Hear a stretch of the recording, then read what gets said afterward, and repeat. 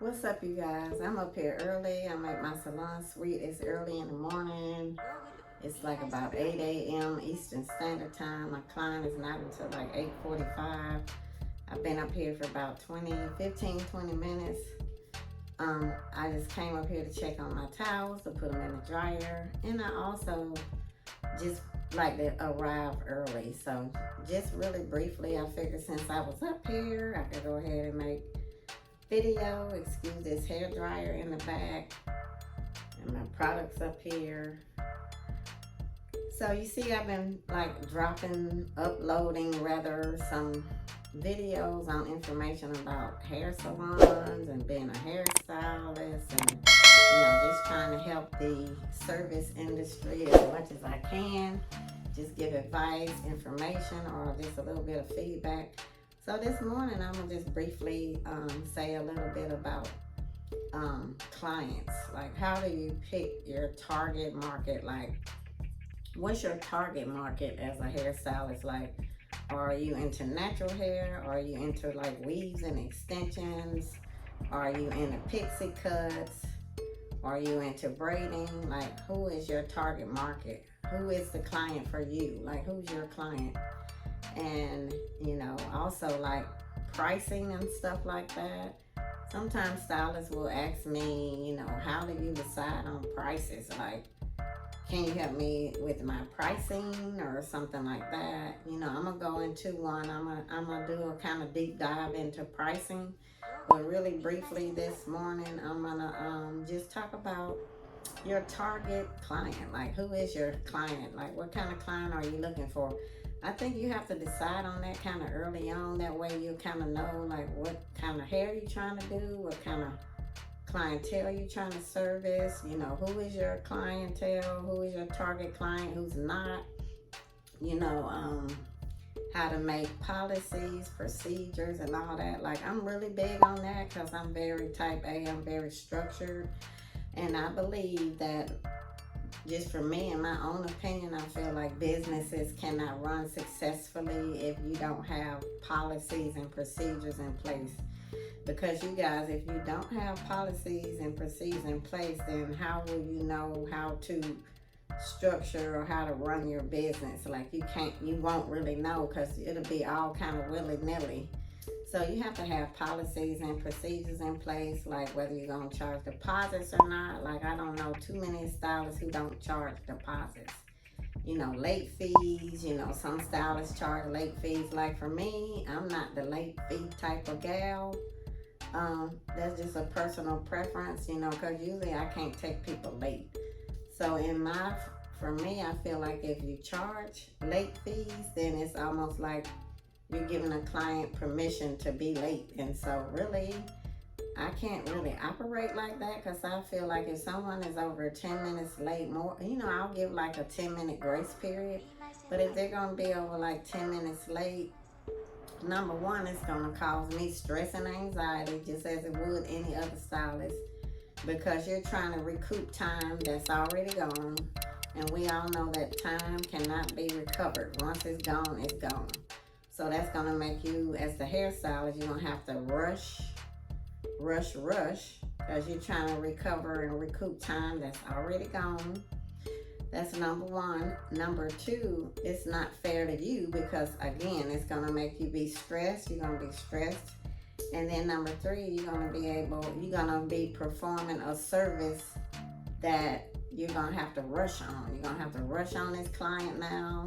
And so you're not going to be giving the best service, so you're going to feel some type of way about that. And number four, you don't want it to be unfair to your next client that's coming after the late client. So for a lot of stylists, they charge late fees. Like, a lot of stylists will give a grace period, and then that's it. But a lot of stylists will give that grace period, and then after the grace period, you have to pay like a late fee. And so I'm really funny when it comes to people money, because I know we all out here working, and so we earn a living and we make money. So I know people, just as myself and any other person, any other human who works, right? we're not trying to depart from our money if we don't have to. So for me, I mean, I just can't really take clients who are late a lot. Like I said, I know the first time someone comes to me, they may not know where they're coming. And then I work in a salon suite. Once they get in the building, they may not know where to go because all of these rooms look just alike. I can't assume that because I'm always an early person that everybody is that way. I can't ever assume that. So in all fairness, in all honesty, you know, if somebody comes to me for the very first time, I know they may be just a few minutes late. But when it starts going into the 5 and 10 minutes late, then that's where it's going to really start affecting, you know, you and then your next client. And so for me, usually I have clients like back to back. So I don't have a whole big space, you know, in between clients where, okay, I'm done with this client now. I can sit down and prop up my feet. I don't have that type of time gaps in my services. So I really need, you know, clients who are on time.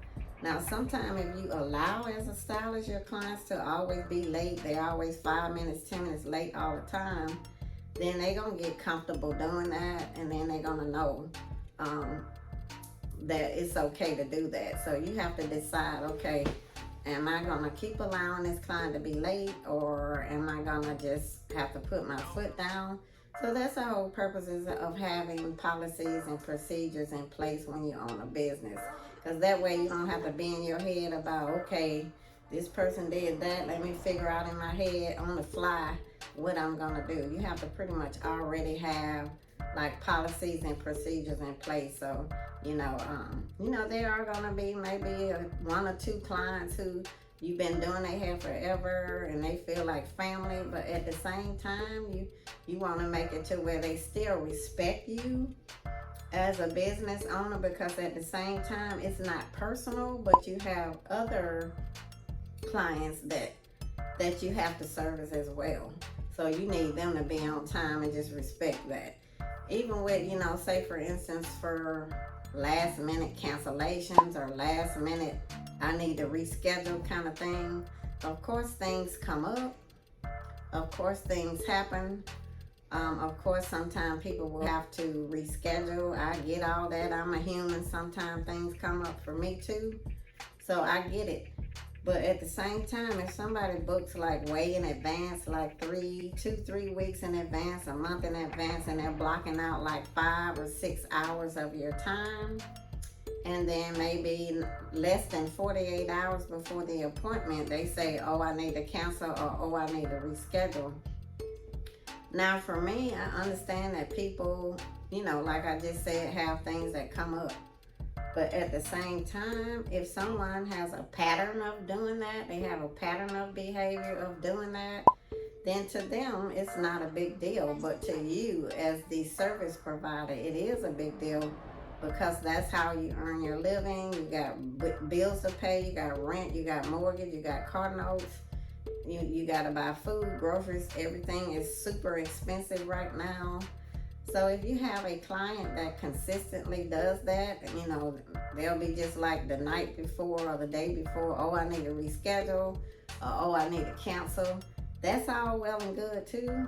But if they're going to go online and book an appointment way in advance, and then they're going to not even give you maybe 48 to 72 hours to cancel, and they know that you have all that time blocked out just for them.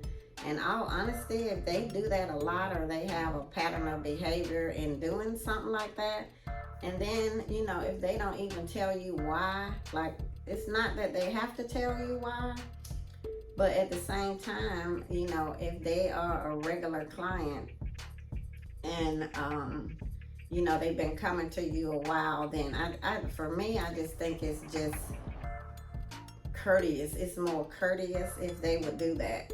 Because when they don't tell you what's going on, or they don't say, oh, Miss Smith or Miss Jane Doe, I'm so sorry, I got to reschedule. I know it's just the day before my appointment, and I know da-da-da-da-da, you know, but, you know, I got to go to the doctor, or something came up. You know, if they tell you, then you may understand it, be more understanding of it. But if they have a pattern of doing this and they don't even mention to you what's going on, it's making you, as the business owner, as a hairstylist, it's making you feel like, okay, this person just don't respect my time. They don't respect me as their service provider. That's how it makes you feel, because when people don't be transparent and give you the reason why, or either try to mention something, you know, then that's how you're gonna feel, because you don't have the answers. So in your head, you thinking, okay, they don't respect me, they do this all the time, kind of thing. Excuse me. So if you have online booking, that may be a client that you may have to take them off the online booking, and you may just have to allow them to book by text, you know. And again, you know, when you own a business, you have to make those type of tough decisions. You know, sometimes we're in a day and time now where sometimes people may take things personally, or, you know, but it's never personal. Whatever people do, you know, it's gonna affect your business, especially the last minute cancellations, the last minute rescheduling. If it's like for a silk press or something like that, it's not a big deal, because you probably only blocked out an hour anyway. But again, as I mentioned, if it's like a 5 or 6 hour service, and then they just say, oh, I need to reschedule or cancel kind of just the night before, the day before, not giving you 48 to 72 hours to try to replace that client, then, you know. So you have to try to decide as a service provider what types of clients that you want. Back to that. Is that the kind of client you want, or is that the kind of client they dismiss after a while? Because sometimes, to be honest, you guys, if someone been a client a long time, they may start feeling comfortable with you, and they may feel like it's okay to do things like that. But at the end of the day, in the service industry, this is how we earn a living. So it's not okay if it's a pattern of it. They do that if they've done it several times, you know, before. So you just have to decide who are your target clients, and just figure that out and go with that. So this is really brief this morning. My client should be here shortly. Get prepared for her, and I hope you guys have a blessed weekend. I hope you comment, like, subscribe, share, and drop some comments about what else you would like me to discuss. Anyway, you guys, thanks for tuning in. Thanks for watching my video. See you on the next video. Have a blessed day. Peace and blessings.